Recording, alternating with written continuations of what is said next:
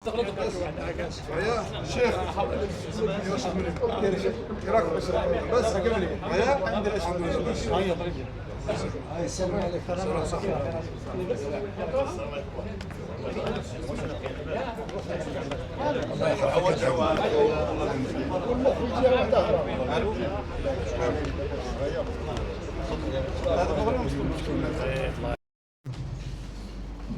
دعوني في البداية أعتذر للسادة الأئمة والدعاة والعلماء والشيوخ. الشيخ طارق بخير درست عنده سنة 2001 بلغ نسيم رقم في وهران، كنت تلميذا عنده وطالب إن صح التعبير. فأعتذر لكل من هم فوقنا فوق رؤوسنا. اقتحام المنابر في حضور الأكابر تحفه المخاطر، حقيقة هذه. اقتحام المنابر في حضور الأكابر تحفه المخاطر. أتكلم قدام واصلي الشيخ طارق الخير ليس بالأمر الهين، ورحمه الله امرؤ عرف قدر نفسه وأنزلها منزلتها. وما أنا ومن يحضر أمامنا من رواد الدعوة من قادة الدعوة إلا كابن لابون كما يقول شيخنا الفقهاء، لا ظهرا يركب ولا ذرعا يحلب كان والو. فربي إن شاء الله يسترنا. أنا فقط صدقوني يعني خايف أني نسيت بعض الأئمة ما عندهمش كلمات، فاسمحوا لنا من مقلوبكم. يعني إذا نسينا جهة من الجهات ما لم نعطي لها كلمة سامحونا، هذا جهد المقل ونحن عرضة للخطأ. وجل من لا ينسى والإنسان إنسان لأنه ينسى كما ذكر القرطبي في الجامع. فتحيتي لكل من حضر. الآن كنت برجع بالسيرة لكن أتكلم بالسيرة شوية وقت مشانا. معنا صداقة أمنية ومدنية ونواب وحضور وشيوخ كبار، لا أطيل عليكم. سعادتي بحضوركم لا توصف. يشهد الله أن سعادتنا بحضوركم لا تكاد توصف. نسأل الله عز وجل أن يجمعنا بكم غدا يوم القيامة بجنة ونهر. الله نسأل كما جمعنا بكم في هذا المجلس أن يجمعنا بكم مع رسول الله صلى الله عليه وسلم. الله كريم نسأل الذي وفقنا لهذا الحضور أن يجعلنا غدا مع حبيب محمد صلى الله عليه وسلم، ونسقينا به شربنا الماء بعدها أبدا. لعلي لا أطيل عليكم. الآن نبدأ مباشرة في جو التكريمات. هذا اليوم يوم الإمام، مهما تكلمنا عنه الشخص الواصلي أجاد وأفاد وصل وجاد الشيخ طارق الخير، مهما تكلمنا نبقى دون يعني يكفي أن نقول أن يوم الأمة يبدأ مع الإمام صلاة الفجر، يبدأ معه نهار، نبدأ حياتنا مع صلاة الفجر مع الإمام ونختموه مع الإمام في صلاة العشاء. فيقصر الكلام. فقط حبيت نشير إلى تكريمات. معنا شيخ كثر، أئمة كثر، علماء كثر، دعاة كثر. مع رئيس مكتب الوطني الشيخ عيسى تشاورنا كثيرا من نكرم. كلكم يستحق التكريم، والله كل فيكم يستحق التكريم. فدلوقتي المقياس بسيط، بقى بالقياس على أنه الذين سيكرمون اليوم هم أئمة كما كان يقول الشيخنا فاضل أفنوا أعمارهم في التعليم. إن يقرأوا خرجوا طلبة هو الآن القاعدين، إن اللي راه يقري مش قاعد غير معني في فقط اللي قرأوا الذين أفنوا أعمارهم كان عندهم زوايا ربما شخص القاسم ربما كاين ناس مغمورون وهم الآن على التقاعد. وإن شاء الله ربي يوفقنا إن شاء الله. تمدونا يد العون، كلامي كل الجهات المختصة، تمدونا يد العون، تسهلونا أمورنا وإن شاء الله نعيد معنا سنكرم بإذن الله عز وجل أناسا آخرين. نبدأ في التكريمات ويتفضل الشيخ عز الدين في شكرا.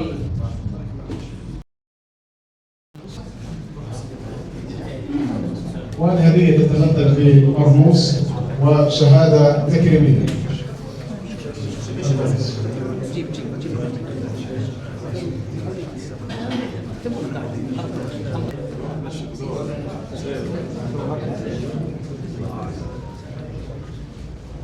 يا شيخ بالبركة والصحة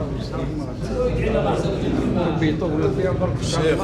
إذا في جميع الكلمات الحمد لله والصلاة والسلام على رسول الله.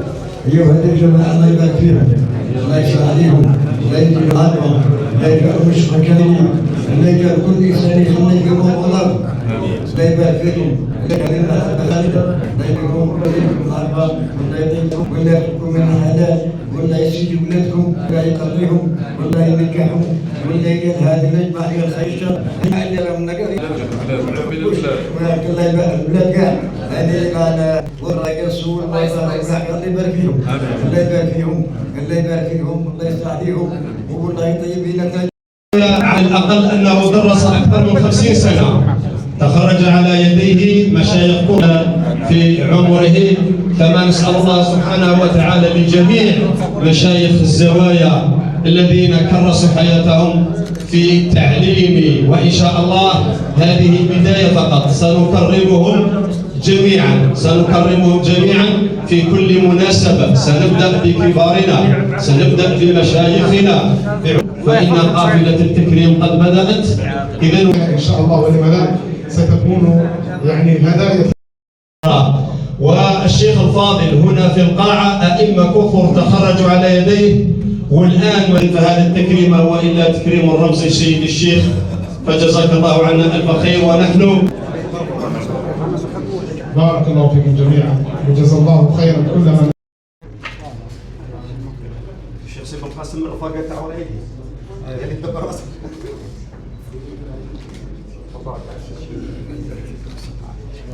بارك الله فيك.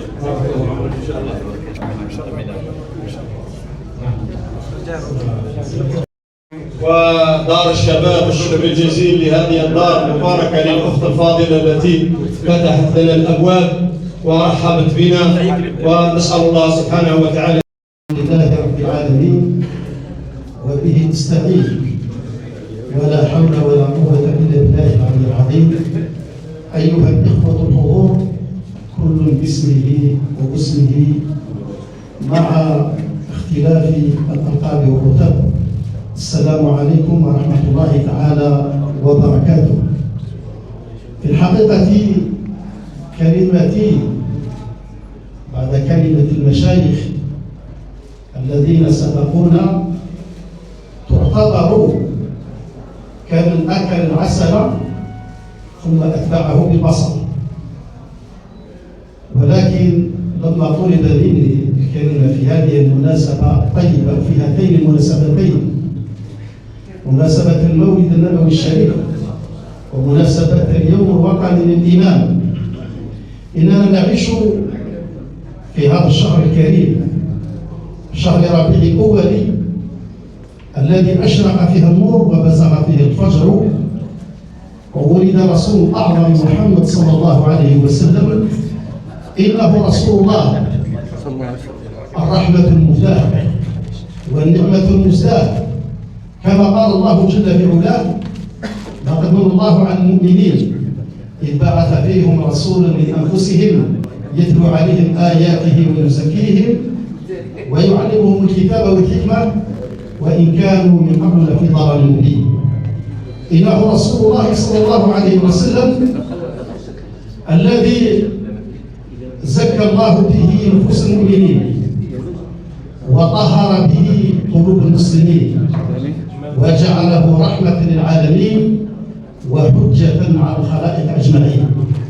إنه رسول الله صلى الله عليه وسلم الذي رفع الله ذكره وشرح صدره ووضع وزره وأتم أمره وأكمل دينه، ما تركه الله وما قاله، فوجده ضالا فهداه وفقيرا فأغناه ويتيما فآواه، وخلده بين الخلد في الدنيا أن يختار الخلد في الدنيا أو يختار ما عند الله، فاختار ما عند الله عز وجل. أيها الإخوة، وإذا نظرنا إلى المجتمع العربي قبل بعثة رسول الله صلى الله عليه وسلم كيف كان يعيش، لا شك أنه قبل بعثة رسول كان يعيش في الأرض كالأنعام، يعبدون الأصنام ويستقسمون بالأزلام ويأكلون الميتات ويأكلون البنات ويسقط قوي منهم على الضعيف، حتى أذن الله لليل أن ينجلي وللصبح أن ينبلج وللظلمة أن تنقشع وللنور أن يشعشع، فبعث الله سبحانه وتعالى رسوله محمدا رسوله محمد صلى الله عليه وسلم بالهدى ودين الحق يظهره على الدين كله ولو كره المشركون. وهذا ما صرح به القرآن الكريم حيث قال: لقد جاءكم رسول من أنفسكم عزيز عليه ما عنتم حريص عليكم بالمؤمنين رؤوف رحيم. وقال أيضا: لقد جاءكم من الله نور وكتاب مبين يهدي به الله من اتبع رضوانه سبل السلام ويخرجهم من الظلمات إلى النور. أما فيما يخص المناسبة الثانية وهي اليوم الوطني للإمام، تعلمون جميعا أن الإمام يقوم بمهمة عظيمة وبمهمة صعبة. الإمام قد جمع بين الرسالة والوظيفة، ليست وظيفة فقط. الإمام قد جمع بين كل هذه الأدوار بها الإمام. ولذلك تعلمون جميعا أن الإمام لم يكن له يوم في الأسبوع مع عطلتين، وإن كان له يوم عطلة هل يكون صلاه بالصلاة؟ ولذلك الإمام إذا قال الليل فإنه يستجيب ويقوم بخدمة ويقوم بعدل. والآن أشكر الجمعية، هذه جمعية الآب الزكية على هذه المبادرة الطيبة. نشكر هذا المبارك جميعا، كما نخص الشكر كذلك لشيخنا الدكتور طارق الخير على تكاليف مشقة السفر والحضور معنا وزود ذلك الكلمة الطيبة. فبارك الله فيكم جميعا، وعليكم ورحمة الله تعالى.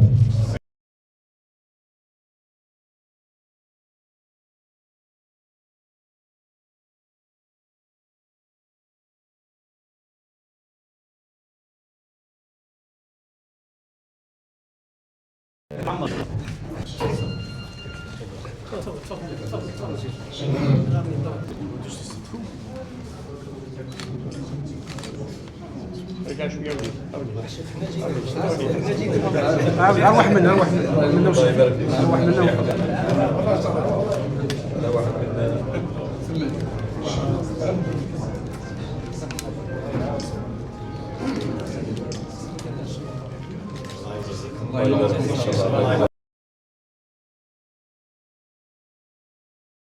على هذه الدكتور وأنا جزء منهم، ولكن فقط للحضور الكريم حتى يعلموا الآلة الزكية كيف بدأت بالموقع وأصبحت جمعية.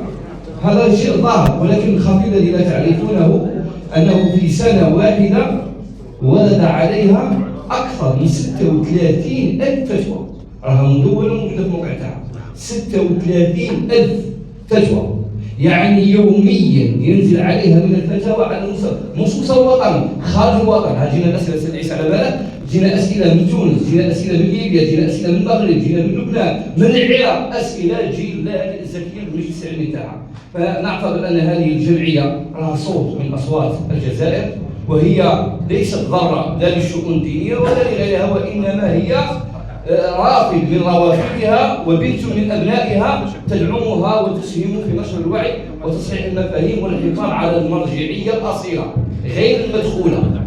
نحن لا نريد فقها مالكيا مدجنا بأصول أخرى، وإنما نقول ما نأتي به هو من أصالة بلدنا ومن منتوج بلدنا ومن منتوج مذهبنا، والحمد لله رب العالمين. بارك الله فيك.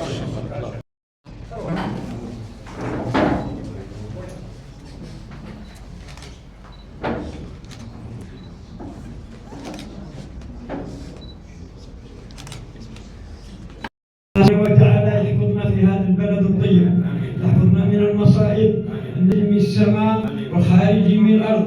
اللهم نورنا بالايمان، اللهم نور قلوبنا بالايمان. اللهم ندعو الله سبحانه وتعالى لهذه الجمعيه المباركه الطيبه. ربي ان شاء الله يطول في عمرها، ان شاء الله ربي ان شاء الله ينميها، ان شاء الله ربي يألف بينهم، الله يألف بيننا، الله يدي هذه الألياف الشينة على بلادنا إن شاء الله. الله يجعل إن شاء الله ربي يألف بيننا، والله يحفظنا في بلادنا، والله يدي هذا الوسيع ويسع علينا إن شاء الله، وربي يحفظ الله النور على النور إن شاء الله. سبحان ربك رب العزة عما يصفون وسلام على المرسلين. ونسيت الشيخ تاعنا الشيخ سعد بلاده، يعني والشيخ عيسى هما يعني سبب هذا المجمع إن شاء الله. ربي ينورهم وربي يحفظهم وربي يغنيهم، وان شاء الله الكلمه تاعكم ان شاء الله ساديه ان شاء الله، وين توجهوا به دعوه الخير تاع هاد الناس الزينين ان شاء الله سالحه بكم، ان شاء الله تكون معكم في الحضر، ان شاء الله تكون معكم في السفر، ان شاء الله ربي يحفظكم وربي ينوركم وربي ان شاء الله وين توجهوا به سبحان ربك. سيد المدير هذه ربي يحفظها، ربي ينورها، ربي يحفظها، ندعو لها الله سبحانه وتعالى ربي يشافيها ويعافيها، وان شاء الله ربي يحفظها وربي يطول، وان شاء الله ويشد لها في وليداتها، وان شاء الله ربي يحفظها ان شاء الله من المصائب النازل من السماء والخارج من الارض. ربي يحفظنا ان شاء الله جميعا ان شاء الله، ربي يحفظنا من بلاء الدنيا وعذاب الاخره، ربي ينورنا في هذه البلاد، ربي ان شاء الله ينورنا في هذه البلاد. ندعو الله سبحانه وتعالى هذا المشايخ تاعنا اللي جو من بعيد يعني ونورونا هذه الجلسه، ان شاء الله ربي يحفظهم منهم وربي يشرهم في وليداتهم، ربي يطيرهم الوليدات ان شاء الله. سبحان ربك رب العزة عما يصفون وسلام على المرسلين والحمد لله امين.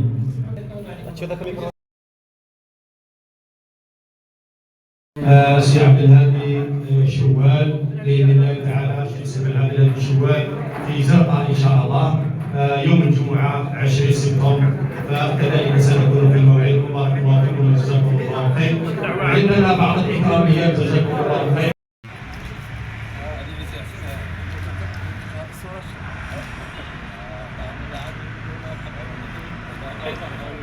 تحيتهم فيها سلام، فسلام الله عليكم جميعا ورحمة الله تعالى وبركاته. أيها الجمع الكريم، نبدأ حفلنا هذا بآيات بينات من الذكر الحكيم يتلوها على مسامعنا شيخنا وأستاذنا الفاضل الهاشمي عز الدين، فليتفضل مشكورا. الرجيم. بسم الله الرحمن الرحيم. ما كان محمد نبا الرحمن الرحيم. إن الله وملائكته يصلون على النبي يا